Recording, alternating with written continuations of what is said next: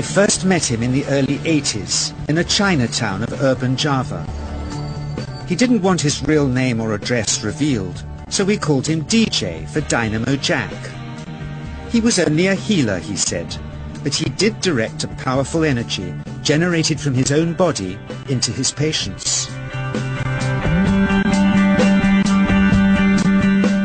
Sometimes he used the needles, sometimes just his hands. He called the energy chi, and it was so strong that he usually needed a grounder to hold his patients' feet.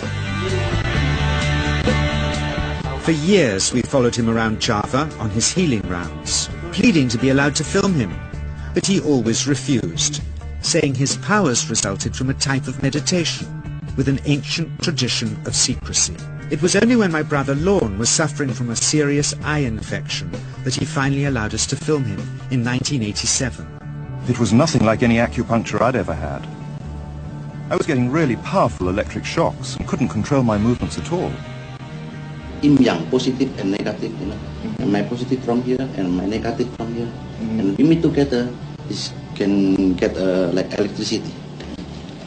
And is this because you're special? You have a special sort of it's meditation every day. It's meditation that does it? Meditation every day. Like you can touch me, like this. It's nothing, okay?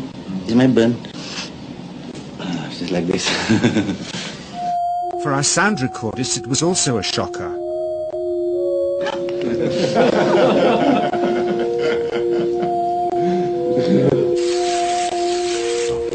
He then took our newspaper outside and showed us how chi can also be used to set things on fire.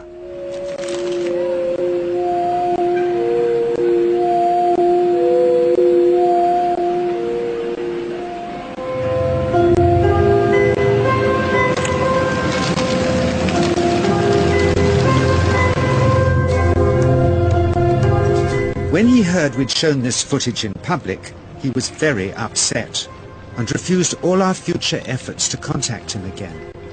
As the years passed, we sadly resigned ourselves to never seeing him again. My brother Lorne never did, for by 1997 he was already dead, when I again found myself with DJ, now treating me for an eye problem. But it wasn't this that brought me back. He had tracked me down out of the blue and invited me to tell me a story. He had just returned from 2 years on a deep meditational journey, alone in the heart of Borneo. Amongst his revelations he had seen, he said, how history was moving on into great change, and the old wisdom was vanishing. So he'd called me back to film just enough of him to remind us that we all have undreamed of powers sleeping within us, and that there's nothing special about him except for his training in waking them. Grounding this patient, my cameraman Joe is having to use all his weight to keep contact. Chi is pushing him away. He seems able to control the amplitude of this chi, like a dimmer switch, and it causes uncontrollable responses in the patients and their grounders. I can barely keep my hand on you. Fly off, electricity so strong. This mother unwittingly grounds her child. He won't sit still, so she's asked to hold him and grin and bear it. Sometimes signs of this passing energy can be seen in the transmitter too. This chi stuff is only the surface, he says, of the real adventure beneath, in the meditational technique.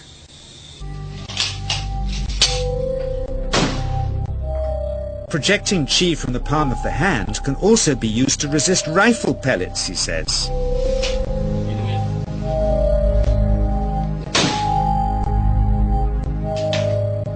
First, you learn to distinguish between yin and yang chi in your body. Then how to pool it in your navel chakra. Then how to project it, he says. And it's the proportionate mixture between yin and yang which accounts for different effects, like pulling or pushing objects or igniting them. Then he gets really strange. He says that mastering yin qi is the key to the spirit world. The discussion regarding this feeling-based prayer, this lost mode of prayer, sometimes seems a little more than academic until we can actually apply it in our lives or see it applied in our lives. It's in the late 1990s that I had the opportunity to do precisely that, when I saw the footage documenting the healing of a life-threatening condition within the body of a living woman using precisely the kinds of techniques that we're speaking about right now. For me, it was this kind of information that took this lost modality of prayer out of the realm of academics and into something that's very real that we can apply in our lives.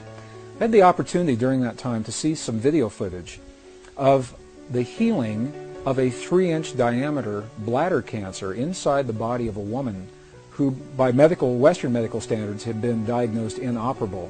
She had gone, as a last resort, to a medicineless hospital in Beijing, China. It was in this medicineless hospital where they began simply by addressing the life-affirming ways that she could change how she was living her life. They taught her life-affirming ways to breathe and life-affirming ways to nourish her body, gentle movements to stimulate the energy centers in her body. And as she was doing these and strengthening her body, at one point it made sense to undergo a process. Now I'd like to share this. I'd like to describe it to you as a very potent example of how the feeling world inside of our bodies has a direct effect, in this case a very graphic effect, on the world beyond our bodies. So in the video documentation, the film shows a woman lying on in a hospital room. She's fully awake, she's fully conscious, she believes in the process that's about to happen. Before her, there is an ultrasound technician who is running an ultrasound wand over her lower abdomen that we can see on a split-screen television. And on the left-hand side of the screen, they do a snapshot, a freeze frame of an instant in time for reference, so we can see what her condition looked like in that instant in time. On the right-hand side of the screen, we are able to watch real time as 3 practitioners stand behind her, working with the energy in her body and with the feelings in their bodies. And what they do is they begin to chant a word that to them they've agreed upon, that reinforces the feeling within them that she's already healed. The chant essentially says, already healed, already done. And as they begin to have this feeling and to say these words among themselves, on the computer screen, on the television screen, we can watch in real time this cancerous tumor as it disappears in less than 3 minutes real time. It's not like time-lapse on a documentary where you see a rose unfold in 30 seconds and something that normally takes days. This literally happens in less than 3 minutes. Her body responded to the feelings of the practitioners who were trained to have the kinds of feelings that they were having. And all they were feeling was the feeling of what it feels like to be in the presence of a woman who is already healed, fully enabled, fully capacitated. They were not seeing her as a woman who was sick, and they weren't saying, bad cancer, you've got to go away.